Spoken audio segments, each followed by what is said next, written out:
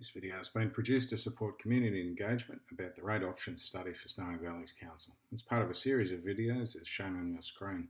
I'd encourage you to start with the introduction video, as this provides the background and context for what I'll go through specifically in relation to business land for this video.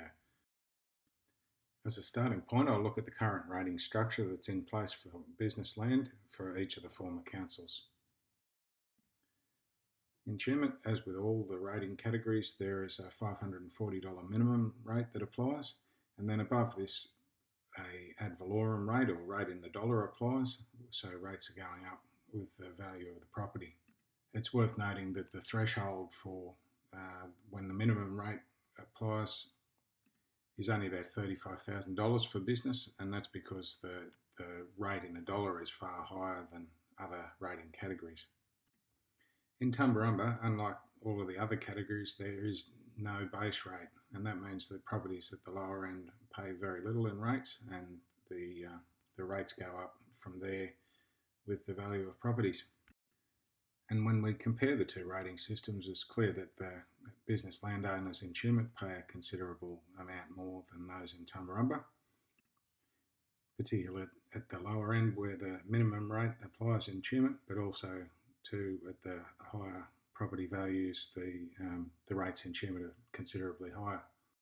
So the fact that the business rates in the former Tumut Shire are considerably higher than those in the former Tumbarumba Shire is a concern in the context of rates harmonization, because if you put the two rating systems together, then the rates in Tumbarumba will inevitably increase considerably.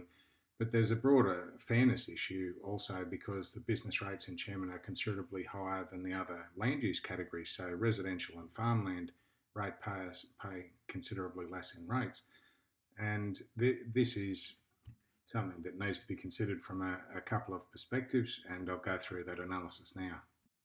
The chart here shows one of the detailed bits of analysis that's in the rate options study, and it compares the benefits received by different rate payers for each dollar of rates that they pay in. It's important to note that there's a set of assumptions behind this information, and the details of those are in the rate options study. But as you can see by the difference in the height of the lines, there's a fairly clear distinction between the different categories. And that's really what we're after, an indication of who's paying more, who's paying less. But bearing that in mind, what this information is suggesting is that residential and rural residential rate payers are getting a very good bang for their buck. They're getting about $1.40 in services for every dollar in rates that they put in. Farmland and business rate payers, on the other hand, are only getting about 70 cents worth of benefits back for each dollar of rates that they put in. But it's important to think back to those key tax principles. The benefits that people receive is only part of the story. The other part is the ability to pay. So the main way council evaluates people's ability to pay in its rating structure is the value of their land. So what we can do alongside the comparisons of the benefits received is we can look at the effective tax rate that council levies on land in each of these categories. And that's shown in the purple bars in this chart. In the rate options study, I did an analysis based on the effective ad valorem rate on a typical property of median value, but here I'm using a tax rate on the value of land, which is calculated by dividing the rates by the value of the land, because I think it's easier to explain in this context. The key thing that jumps out here is that the tax rate on business land is far higher than any of the other categories. So even though both farmland and business are getting less for their money in terms of the benefits principle, the rating structure is assuming that the business rate payers have a far greater ability to pay relative to the value of their land. One of the arguments that's often put forward to justify this is that business rates are tax deductible. However, the same applies to farmland, and it's also worth noting that around 30% of all residential properties in Snowy Valleys are rented, and so those property owners also have the benefit of tax deductibility of rates. And meanwhile, for farmland rate payers, while the benefits that they receive are less than the rates that they put in, they're also being taxed at a far lower rate than any of the other categories. So in view of this situation and the fact that business rates in Tumbarumba would go up considerably when rates are harmonised if no other action was taken. The recommendation in the rate options study is that 10% of the rating burden, about $106,000, is taken from the business rating category and redistributed across the other rating categories.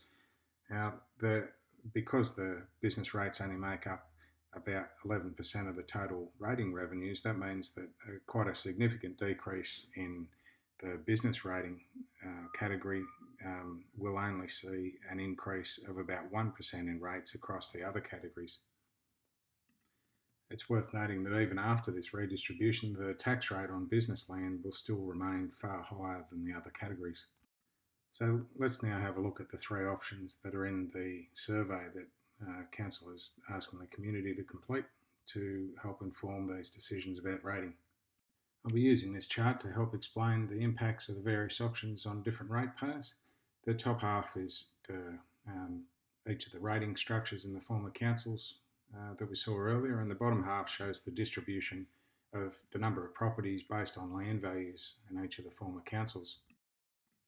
But if we draw a line at the $100,000 mark, you can see the number of properties below that amount are comparable in Tumut and Tumbarumba, but above $100,000 there's far more properties in Tumut, shown in the blue bars, than there is in Tumbarumba. In fact, there's about 50% of the business landowners in Tumut valued over $100,000, but there's only about 15% of the Tumbarumba business land that's over that amount. And so the situation here is a lot more like residential, where generally the land values in Tumbarumba were lower than in Tumut, than it is with farmland, which was fairly comparable between the two former councils. So let's have a look at the first option, shown in green at the top.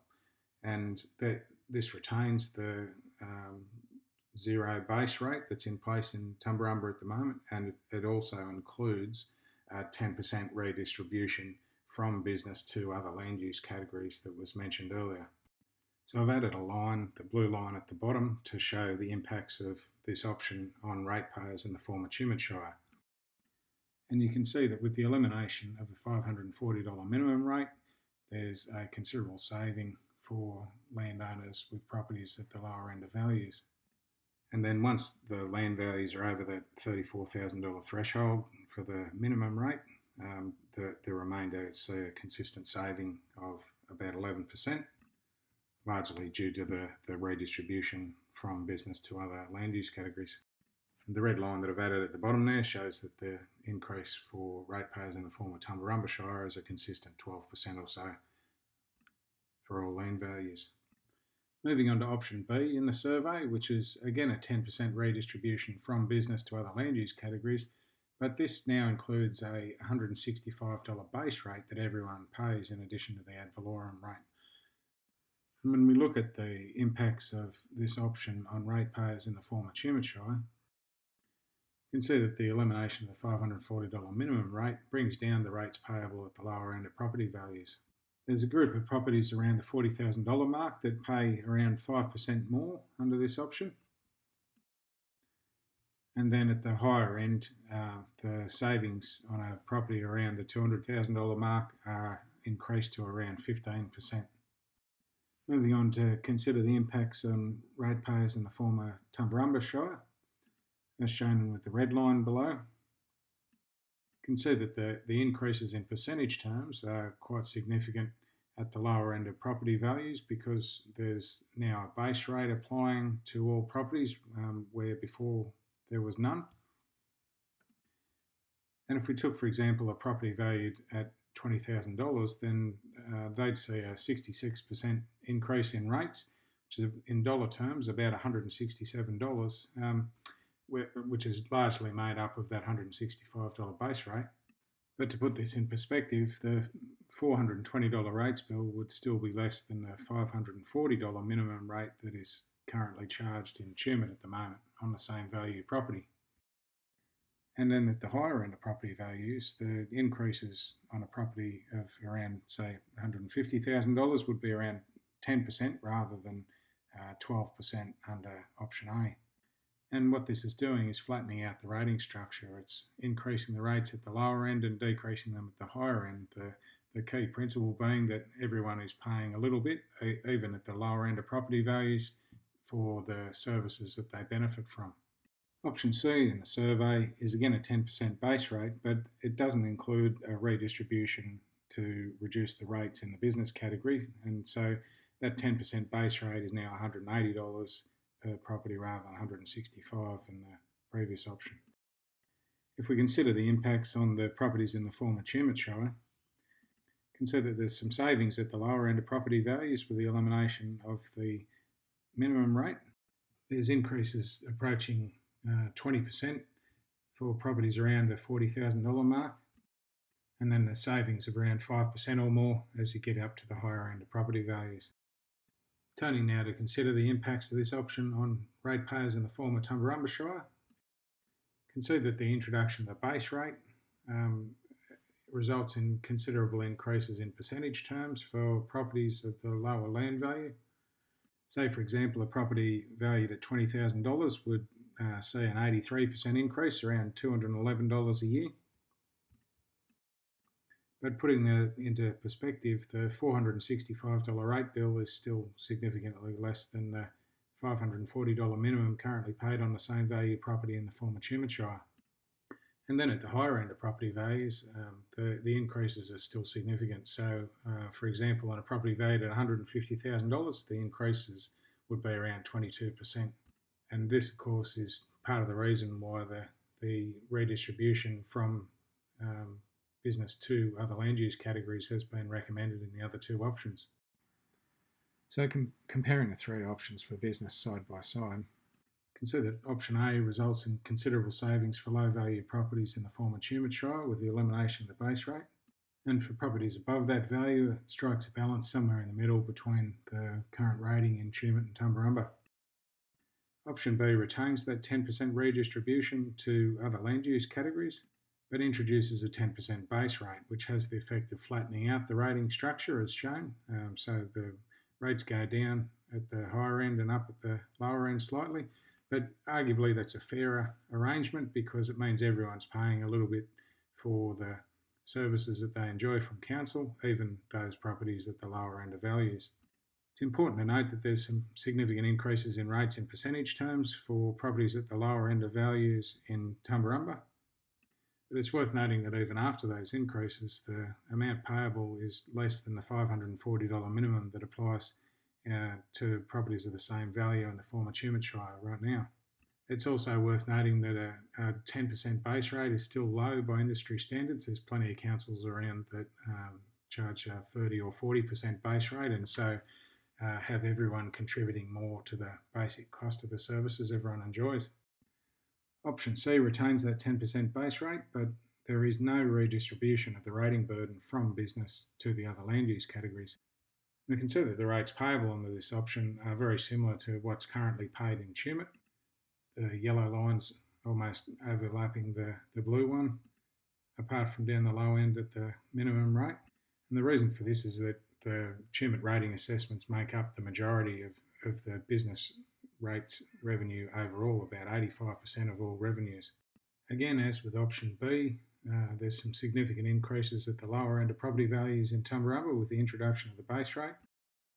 There's actually significant increases over 20% for the full range of property values, and that's simply because the business rates in Tumut are higher at the moment. So when you bring them together, you're naturally going to see a significant increase in Tumbarumba. Then in Tumut, as with the other options, with the elimination of the minimum rate, there's some savings for the lower value properties. There's increases of approaching 20% for properties around the $40,000 mark.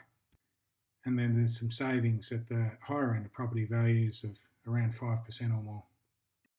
So thanks for taking the time to hear some more about the rate options for business land in Snowy Valleys Council. And again, I'd encourage you to complete the survey and to check out the other information that's available at the link shown on your screen.